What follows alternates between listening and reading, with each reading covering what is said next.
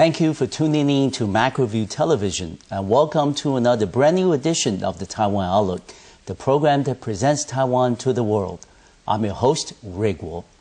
Following the signing of the Economic Cooperation Framework Agreement, or ECFA, in the month of June, now the top priority for government becomes how to make Taiwan attractive to foreign investment. And on today's program, we're delighted and honored to have a specialist, Mrs. Andrea Wu, who is the president of the American Chamber of Commerce in Taipei, to talk about the post-ECFA perspective and also the reaction from the foreign business community to this historic landmark trade pact between China and Taiwan. Andrea, welcome to the program. Hi, how are you, Raymond? It's great to be back again. Thank you for your invitation, and I'm very happy to be here today. Yeah. It's a delight to have you back on the program, but Andrea, it's been almost 2 years since you were last on the program. A lot has happened in the past 2 years, especially given the rapid progress in economic relations between China and Taiwan. What would be some of the priority issues in your capacity as the president of the American Chamber of Commerce in Taipei, that would demand your immediate attention to in the past 2 years? Okay. Well, yeah, this is my second year to be the president of AmCham in Taipei. Yes. In 2009, it was a very, very challenging year for everybody. For everybody, yes. Yeah. And then it's no exception for AmCham. Fortunately, in 2009, actually, the year come out much stronger than we expected. The membership, number of membership, and also the attendance to the key events remain very high. Okay. And we have, a lot of advocacy issues that work very closely with U.S. and Taiwan government have shown very good progress.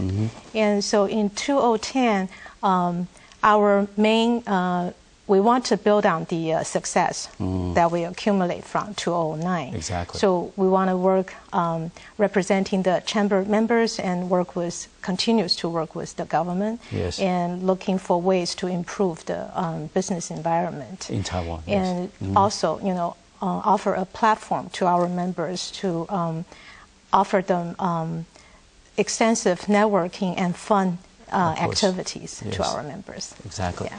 And as we know, since the beginning of 2009, the top priority issue, especially in terms of cross-strait economic relations, is so-called the proposed Economic Cooperation Framework Agreement, or ECFA, between China and Taiwan. And the signing actually took place last month, in June of 2010. Right. And given the fact that this historic, trade pact between China and Taiwan will open up a lot of opportunities, for both sides.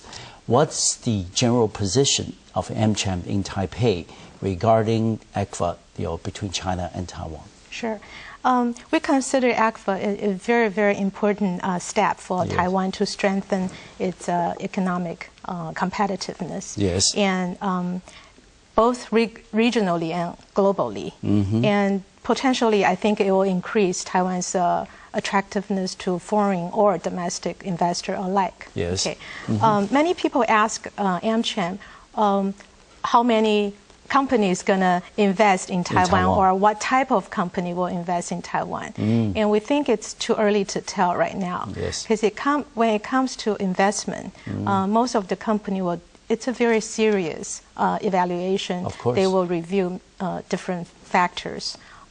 So usually it's a lengthy process.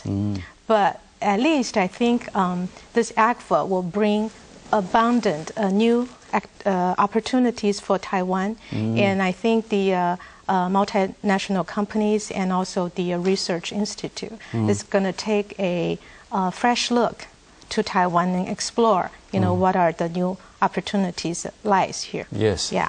So I think this, and we hope that Taiwan can catch this moment. Yes. And because this is a real rare opportunity. Yes. It doesn't come every day. Yes. So we hope that when the investors around the world looking at this market, Taiwan should get its act together to make this place a very attractive destination. Yes. Yeah.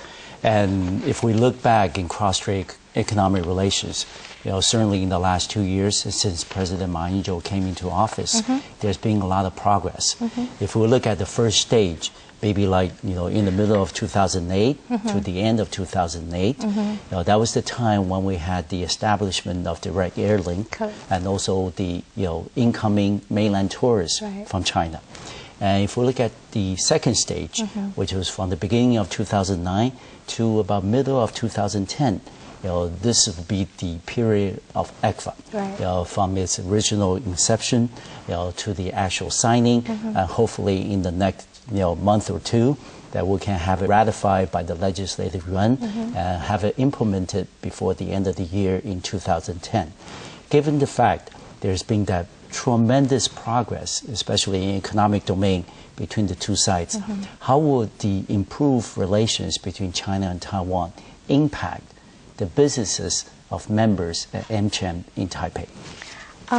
Definitely, I think, like we said, ACFA is a very unique opportunity. Yes. And I think I want to quote, share some of the study that Dan Rosen of Peterson Institute of International Economics, he concluded that ACFA will increase Taiwan's GDP by 4.5% by 2020, or equivalent to roughly $21 billion US. And it will be even more if Taiwan, after signing the ACFA, can participate in many others regional trade bloc, such as ASEAN. Yes. So the increase will be even more.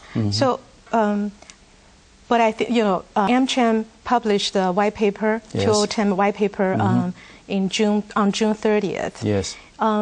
We still present a lot of recommendations from our industry committees to the government, because ACFA on its own is not going to make all the differences, right? Precisely. There's a lot of other elements, and steps needs to be taken, and we have a very comprehensive recommendations compiled from many different industries, and we think that will provide a very, very good roadmap to the government how to capture these great opportunities. Yes. Yeah.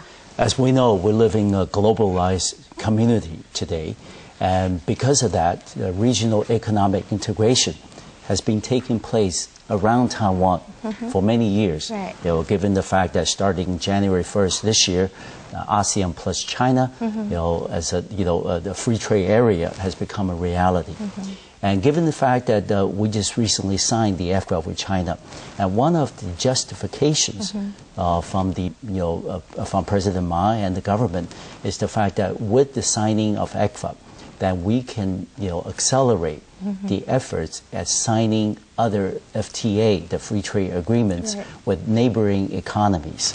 And certainly if we look at the important relationship between the United States and Taiwan, there's been that ongoing discussions about the Trade and Investment Framework Agreement, or so-called TIFA.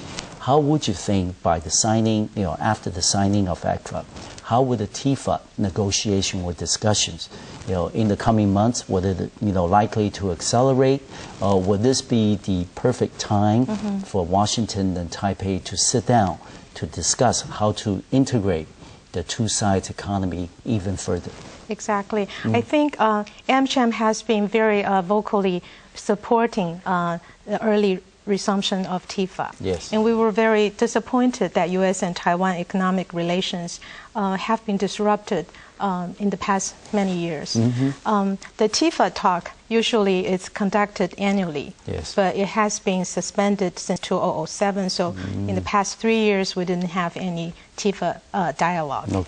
And what we find is TIFA actually is a very effective tool or the driving force to discuss and cover a lot of trade issues which are important for both countries. So without that, some of our American business operating in Taiwan are deprived of the strong support from U.S. government that they deserve.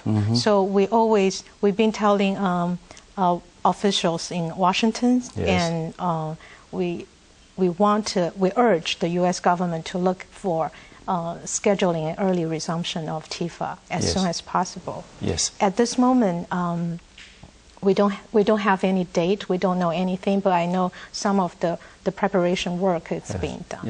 It's already begun. And also the fact is, we know that TIFA is very important for both the United States and Taiwan. But the fact of the matter remains that there are a number of issues that are still outstanding, and also very sensitive to the two sides. For example, the protection of intellectual property rights, and also secondly, regarding, between the two sides, whether the market access will be widely open on a reciprocal basis. We certainly want to, don't want to, bring up the U.S. beef controversy yet, but that will be, one example of it. Would you think that those issues will likely be resolved? And how would the membership in AmCham respond to those, long-standing problems between the United States and Taiwan? Well, I think beef definitely was a big roadblock in the last 3 years, and AmCham actually disagree with the how the beef was handled by both government actually. Taiwan government had took the time to do all the studies and research and proven that the beef product does not present any health risk to the Taiwan consumer. So they signed this protocol, but then later on the legislative yuan intervened and undid these promises. So U.S. government, of course, was disturbed and disappointed. At this moment, I think they still evaluating how they're going to solve this problem. Reconcile the issue. AmCham does not take any position. We do not, we don't suggest how U.S. government should handle this. What we want to urge really just, you should deal with the beef on its own merit. Of course. Do not hold the trade talk as a hostage because of beef issues. Because there's so many other industry sectors will be covered by this TIFA talk. And beef is really only one, one issue. And it shouldn't, cover everything else. Yes, exactly. We're going to take a short break on our program, and when we come back, we will continue our conversation with Mrs. Andrea Wu, who's the president of the American Chamber of Commerce in Taipei. And we're going to talk about the recently published white paper, which has a lot of positions and perspectives that the AmCham in Taipei would like to present to the Taiwanese public and as well as our government. I'll see you in just a few minutes.